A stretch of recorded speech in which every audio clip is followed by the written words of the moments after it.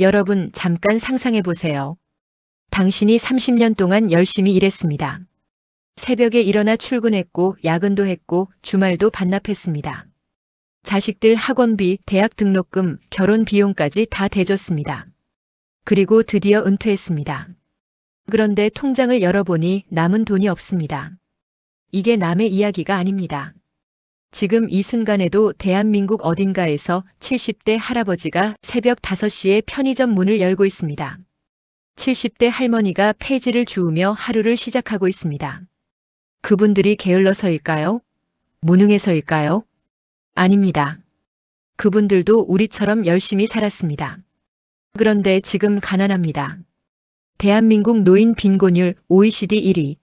노인 10명 중 4명이 상대적 빈곤층입니다. 오늘 이 영상은 단순한 정보 영상이 아닙니다.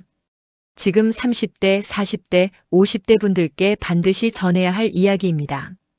지금 알면 달라질 수 있지만 나중에 알면 정말 늦습니다. 끝까지 봐주세요. 먼저 숫자부터 보겠습니다. 현실을 제대로 알아야 준비를 할 수 있으니까요. 2024년 기준 한국의 65세 이상 노인 빈곤율은 약 40%입니다. OECD 평균이 14%인데 우리는 그 거의 3배입니다. 비교해 볼까요? 미국은 약 23%, 일본은 약 20%, 독일은 약 10%입니다. 복지 후진국이라 불리는 나라들도 우리보다 훨씬 낮습니다. 왜 유독 대한민국만 이렇게 높을까요? 이유가 있습니다. 하나씩 짚어보겠습니다. 첫 번째 이유, 국민연금 역사가 너무 짧습니다. 한국의 국민연금이 시작된 건 1988년입니다. 불과 37년 전입니다. 지금 70대, 80대 어르신들은 연금을 제대로 낼 기간 자체가 없었습니다. 받아도 월 30만 원, 40만 원에 불과한 분들이 수두룩합니다. 반면 독일은 연금 제도가 130년이 넘었습니다. 역사가 다릅니다. 두 번째 이유, 자녀에게 모든 걸 쏟아부었습니다. 대한민국 부모 세대는 자식을 위해서라면 뭐든 했습니다. 대학 등록금, 어학연수, 취업준비, 결혼비용, 심지어 집 보증금까지. 자식 뒷바라지 하다가 정작 본인 노후는 텅 빈 겁니다. 한 조사에 따르면 우리나라 부모가 자녀를 대학까지 키우는 데 드는 비용이 평균 3억 원이 넘는다고 합니다. 3억 원을 자녀에게 쓰고 본인 노후에는 얼마를 남겼을까요? 세 번째 이유, 집 한 채가 전 재산입니다. 우리나라 중장년층의 자산 구조를 보면 부동산이 80% 이상인 경우가 많습니다. 집값은 올랐는데 현금이 없습니다. 집을 팔면 살 곳이 없고 안 팔면 생활비가 없습니다. 이게 바로 자산은 있는데 가난한 역설입니다. 네 번째 이유, 노후를 준비할 시간도 여유도 없었습니다. IMF 외환위기, 2008년 금융위기, 코로나까지. 우리 부모 세대는 경제 위기를 너무 많이 겪었습니다. 간신히 일어서면 또 위기가 왔습니다. 노후 준비는 늘 다음으로 미뤄졌습니다. 이게 지금 대한민국 노후의 현실입니다. 그렇다면 실제로 은퇴한 분들은 무엇을 가장 후회할까요? 각종 설문조사와 연구 결과를 종합해보면 은퇴 후 한국인이 가장 많이 후회하는 것 1위는 한결같이 이겁니다. 노후 준비를 너무 늦게 시작한 것. 단순히 돈을 못 모은 게 아닙니다. 언젠가는 해야지 조금 있다가 시작하지 하면서 결국 아무것도 안 한 겁니다. 실제 사례를 들어볼게요. 경기도에 사는 67세 김 씨는 33년간 중소기업에 다녔습니다. 퇴직금으로 2억 원을 받았습니다. 많다고 생각했습니다. 그런데 은퇴 후 3년 만에 절반이 사라졌습니다. 생활비, 병원비, 자녀 지원까지 하다 보니 예상보다 훨씬 빠르게 줄었습니다. 지금은 편의점 아르바이트를 하고 있습니다. 또 다른 사례입니다. 서울에 사는 71세 박 씨는 공무원 출신입니다. 연금을 받습니다. 월 130만 원입니다. 서울에서 월 130만 원으로 살 수 있을까요? 관리비, 식비, 의료비만 해도 빠듯합니다. 조금이라도 아프면 바로 적자입니다. 이분들의 공통점이 있습니다. 젊었을 때 노후 준비를 진지하게 생각하지 않았다는 겁니다. 왜 늦으면 안 될까요? 숫자로 보여드리겠습니다. 30대에 매달 30만 원씩 연 5% 수익으로 30년을 모으면 어떻게 될까요? 원금은 1억 800만 원입니다. 그런데 복리로 불어난 최종 금액은 약 2억 5천만 원입니다. 반면 50대에 시작해서 10년만 모으면 어떻게 될까요? 같은 조건으로 약 4,600만 원에 불과합니다. 시작을 20년 늦춘 대가가 무려 2억 원 차이입니다. 매달 넣는 돈은 똑같은데 시작 시점만 달랐을 뿐인데 2억이 차이 납니다. 이게 바로 복리의 마법이자 늦게 시작하는 사람이 치르는 대가입니다. 이제 후회 2위를 볼까요? 건강 관리를 소홀히 한 것입니다. 많은 분들이 노후 준비를 돈의 문제로만 생각합니다. 그런데 실제로 은퇴자들이 가장 무서워하는 건 따로 있습니다. 몸이 아픈데 돈도 없는 상황입니다. 한국의 65세 이후 평균 의료비는 생애 전체 의료비의 절반 이상을 차지합니다. 나이가 들수록 병원을 달고 살게 됩니다.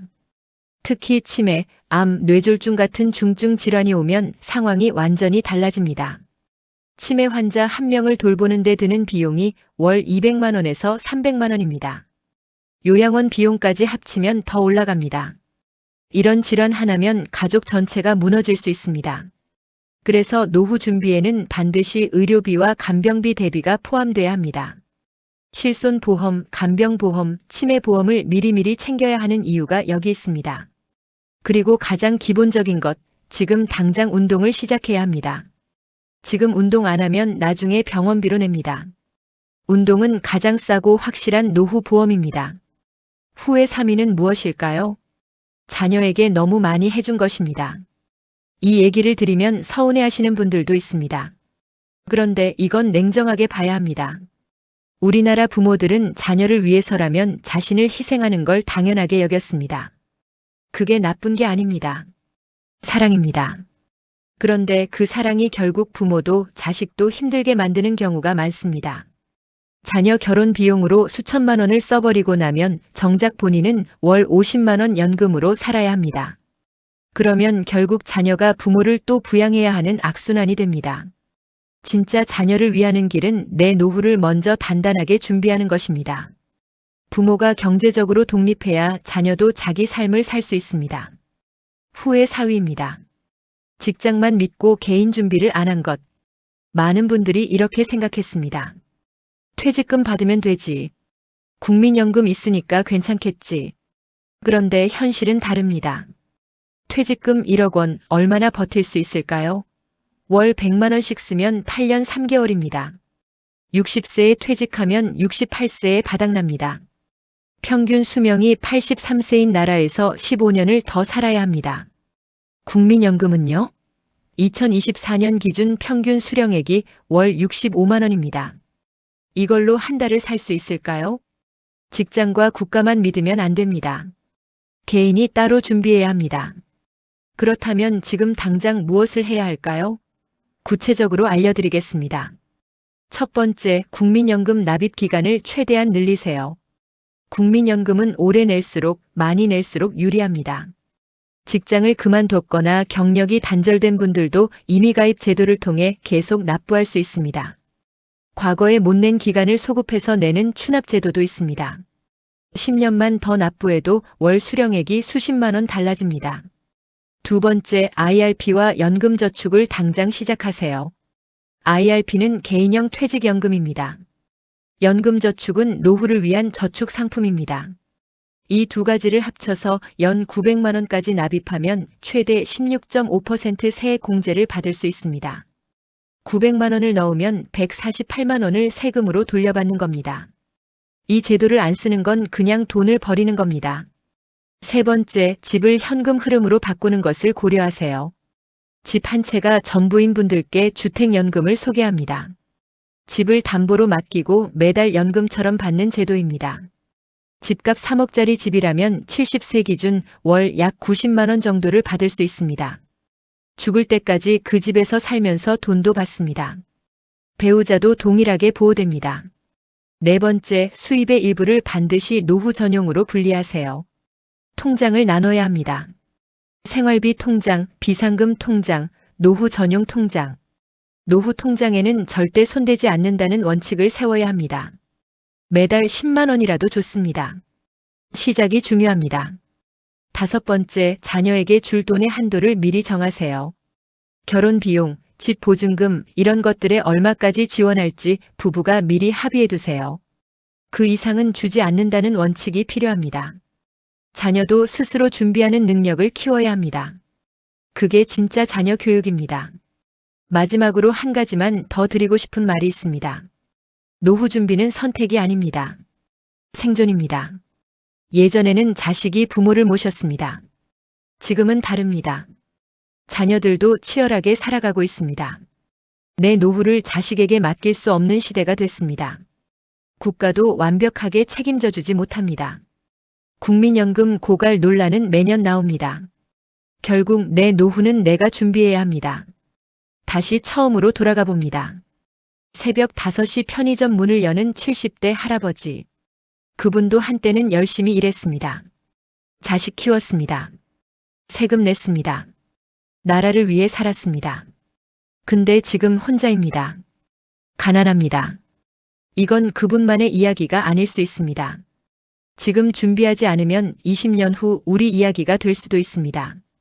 하지만 지금 이 영상을 보고 있는 여러분은 다릅니다.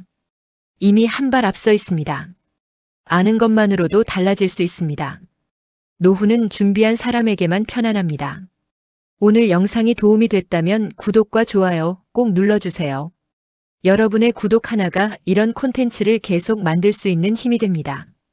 댓글로 여러분의 노후 준비 이야기도 들려주세요. 나는 지금 어떻게 준비하고 있는지 아니면 뭐가 제일 걱정인지 함께 이야기 나눠봐요. 다음 영상에서는 국민연금 이렇게 하면 더 많이 받는다를 다룰 예정입니다. 같은 돈을 내도 수령액이 달라지는 방법 놓치지 마시고 다음 영상에서 뵙겠습니다. 감사합니다.